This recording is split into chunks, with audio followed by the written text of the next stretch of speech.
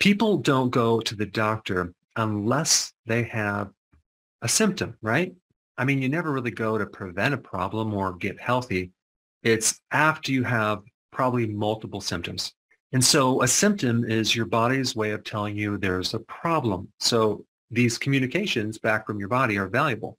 But the problem is, especially if we're talking about the kidney, is most of the time there is no sign or symptom that you have a kidney problem. So when we talk about early kidney disease or even early liver disease, there's no symptoms whatsoever. Unless you do a urine test where you find protein or the filtration of the kidney is being interrupted, you don't really know if you have a problem. But as the kidney progresses and gets worse, when it goes through the different stages, stage 1, 2, 3, 4, and then eventually 5, there are indicators or symptoms that you need to know about. And I'm going to cover those right now. But for a lot of people, they actually have a kidney problem and they don't even know it. Okay, so let's go through these symptoms just to increase your awareness so that way you can do something about it. The first one is fatigue easily. Okay, you get weak and tired very easily. I mean, you can get tired with exercise, but I'm talking about normal daily activities. Number 2 is periorbital edema, puffy eyes. That means your kidneys are backing up with fluid. It's backing up to the lymphatics and it's showing up in the eyes. Boy, you know, when I'm out in public, sometimes I'll see people with that and I'm really tempted to come up to them and mention that, but I have to withhold myself. But once you know the look, you'd be surprised how many people have that and don't even realize what it is. I guess the more I think about it, I think it'd be kind of weird going up to someone and said, have you ever been checked for periorbital edema? They might look at you kind of funny. All right, number 3, edema or swelling in your lower legs or your feet. This has to do with the kidneys losing protein. And anytime there's a protein imbalance in the body, you're going to retain fluid around your cells. And because gravity pulsing's down, you're going to see this in the lower ankles and the feet. In fact, when you press into your ankles, you'll see that pitting edema, which is pretty wild to know that I had pitting edema years ago in my early 30s. I remember pressing into my ankle, looking at it going, what the heck is going on with that? Now I don't have any pitting edema. Back then I did. The next one on the list is you're urinating at night more than during the day. Now that can come from diabetes or prediabetes or insulin resistance, which a lot of people have and don't even know they have it, is one of the main causes of a kidney problem. So that's in the background. And just as a side note, I did a video on frequent urination, especially at night. And there are so many people that experienced great results in getting rid of that condition by changing their diet. And I will put that video down below. Now, the next one is foamy urine. Kind of like if you just, someone poured a glass of beer, right? And you see that foam at the top. That is protein in the urine. All right, next one is high blood pressure. Now, high blood pressure can come from several things. It can come from a nutritional problem. It can come from diabetes. It can come from a heart problem. And it can come directly from a kidney problem because there's kidney damage. All right, the next one is you feel nauseous, especially in the morning when you wake up, sometimes to the point where you want to vomit. Now, that probably is going to happen a little bit later in the stages of kidney disease, but you're going to notice that in the morning you feel kind of sick. And that is because all night, all this toxic waste is being building up in the body, and those toxins haven't been released yet, so they're kind of backing up into the system. All right, and then the next one is a metallic taste in your mouth. What is that? That is basically toxins backing up to your system, and it's coming out through the pores in your mouth. There's another condition called uremic frost, where your sweat glands are eliminating uric acid crystals, and now it's coming out to the skin. So you'll see this kind of like a white frost on your skin. That is a really specific indicator that there's a kidney problem, especially with protein metabolism. All right, and then the last one is a loss of appetite. And that probably goes along with, you know, the metallic taste in your mouth and the nauseousness. But just because you lose your appetite doesn't mean that it's a problem. Like if you go on the ketogenic diet where you're doing fasting, you're going to lose your appetite as well. But if you have this sudden loss of appetite, you might want to get your kidneys checked. So there's various stages of kidney damage. You have 1 through 5. And when you get to 5, the only solution is either a kidney transplant and or you're on dialysis. I mean, you're talking many times a week going to this clinic. You're spending hours there getting your kidney filtered. It's devastating.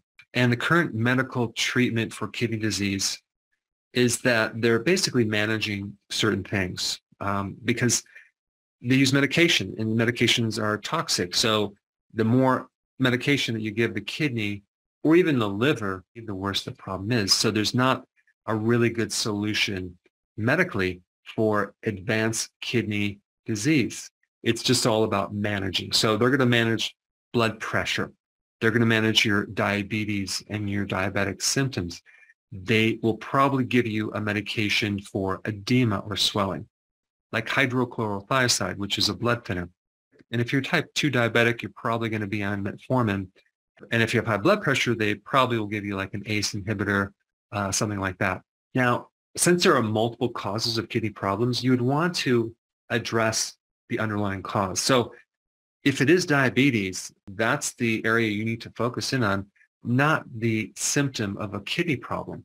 If your kidney problem is coming from an infection, of course, you're going to focus on that. But I want to give you some natural alternatives to certain medications you're taking.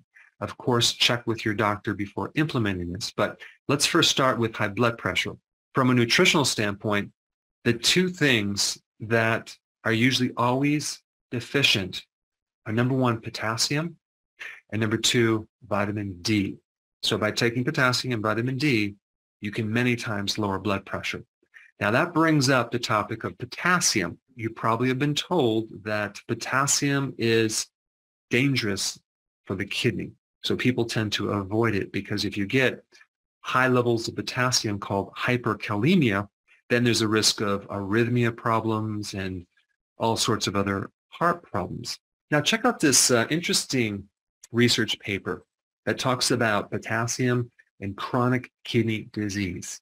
It says potassium often has a negative connotation in nephrology, as patients with chronic kidney disease are prone to develop hyperkalemia. That's that high potassium. Yet emerging data indicate that dietary potassium may be beneficial for patients with chronic kidney disease. Studies have shown that a higher urinary potassium excretion is associated with low blood pressure and lower cardiovascular risk, as well as better kidney outcomes. Moreover, increasing dietary potassium intake can exert blood pressure independent effects on the kidney by relieving the deleterious effects of a low potassium diet, inflammation, oxidative stress, and fibrosis. So when you're low in potassium, you get more inflammation, you get more oxidative stress, and you get more fibrosis.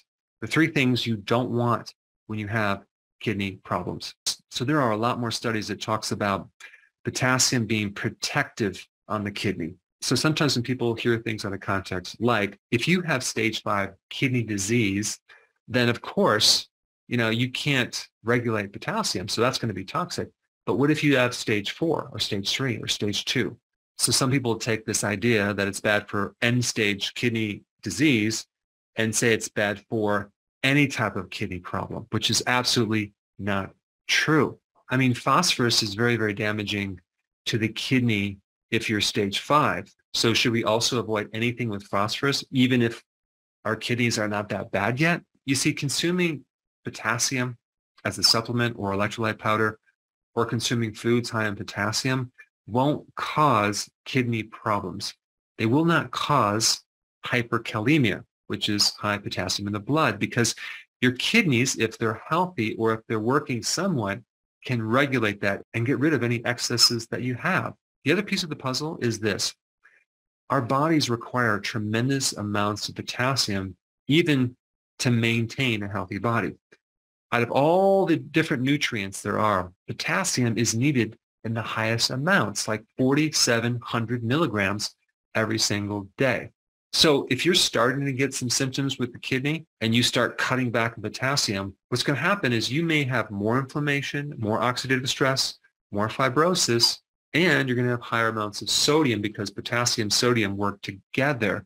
And potassium can help alter the pH of your body so your body's not too acid or too far on the pH scale. Let's just touch on pH for a second. So we have this pH scale, right? This acid alkaline scale. Right in the middle of the scale is 7, which is neutral. Anything above 7 is more alkaline. Anything below 7 is more acidic. This scale goes from 0 to 14. And it just so happens that the urine has the highest or widest range of pHs. It can be from 4.5 all the way up to 8, versus other fluids in the body have a much more narrow range, especially with your blood, which should be slightly alkaline. So one of the big purposes of the urine is to ensure that the blood pH stays at that real narrow range, 7.4. So your kidneys are constantly dumping off certain things to adjust this pH. They'll lose like bicarbonates or calcium, which are alkalizing agents, or they'll dump acids to help balance this pH. So typically the urine should be slightly acidic, but if it's strongly acidic, let's say it stays at a 5, there are certain indicators that you could have potential kidney problems down the road. But there's some mixed studies on that topic. But let me just go through a couple things with pH. So if someone's a diabetic, they're typically going to have more acidic urine than someone that's not a diabetic, especially if they forget to take their medication and there's this out of range blood sugar situation. Now, on the flip side, if you have a UTI, a urinary tract infection, your urine will tend to be alkaline. What's happening there is you have this bacteria, which is making more ammonia, which happens to be very alkaline. It's not acid. Now, when you're dehydrated, you tend to have more acidic urine. And the more chronic renal failure you have, actually, the more alkaline the urine's going to be, which is, you would think it'd be more acidic, but it's going to be more alkaline. Now, during times of starvation, your urine is going to be very acid. And also when you do fasting, your urine's going to be more acid because you're burning up your fat, releasing ketones, which are acidic. So you can have something really bad like starvation or something really good, fasting, and have an acidic urine. So by having an acidic urine, you can't really tell what's going on. It's just one of the clues that you need to associate with a lot of other clues, like a history.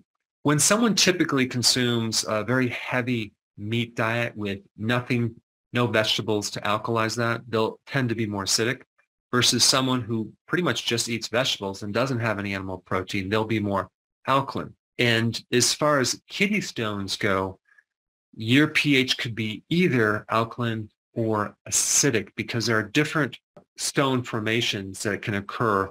Like, for example, uric acid stones or even calcium oxalate stones form more in an acidic urine, or calcium phosphate stones occur when you have an alkaline pH.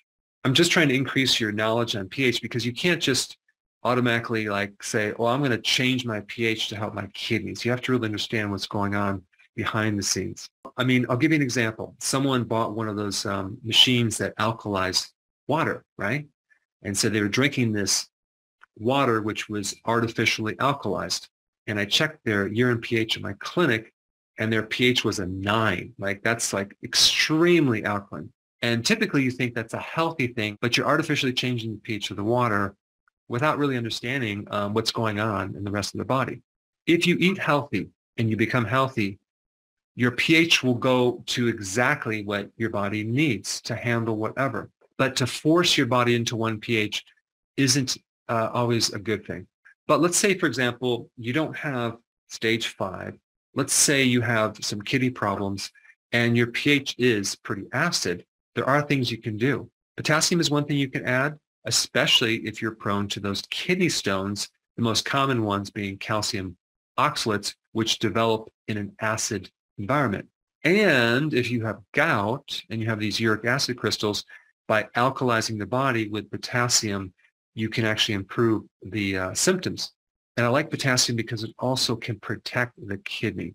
Now, there's also baking soda. You can take a little bit of that to help protect the kidney, especially if there's like a high blood pressure situation and your pH is too acid. But realize that baking soda is high in sodium, okay? So sodium is one of those things that they're telling you to avoid because of the blood pressure problem. But if you have enough potassium there to counter that, you should be okay. Now, I started to talk about some alternatives for high blood pressure medication, like potassium and then vitamin D, right? Well, there's other things as well. Garlic is a natural ACE inhibitor, but without the side effects. Lion's mane mushroom is another natural ACE inhibitor. And pycnogenol is also a natural ACE inhibitor. When we get to diabetes, cinnamon is a potent spice that can help not just bring down your blood sugars, but your insulin as well. People who have diabetes who take cinnamon need a little less medication because it helps your blood sugars. Apple cider vinegar is another great way to help regulate blood sugars. And going on keto and intermittent fasting could ultimately correct type 2 diabetes. Because what is diabetes? Too much sugar in your bloodstream. What is keto and IF? The reduction of carbohydrates in the diet. So that's kind of a no-brainer. Now, when we get to edema, whether it's around your eyes or in your ankles, potassium is a natural diuretic because it can help push out the fluid and it counters the sodium and the water retention problem.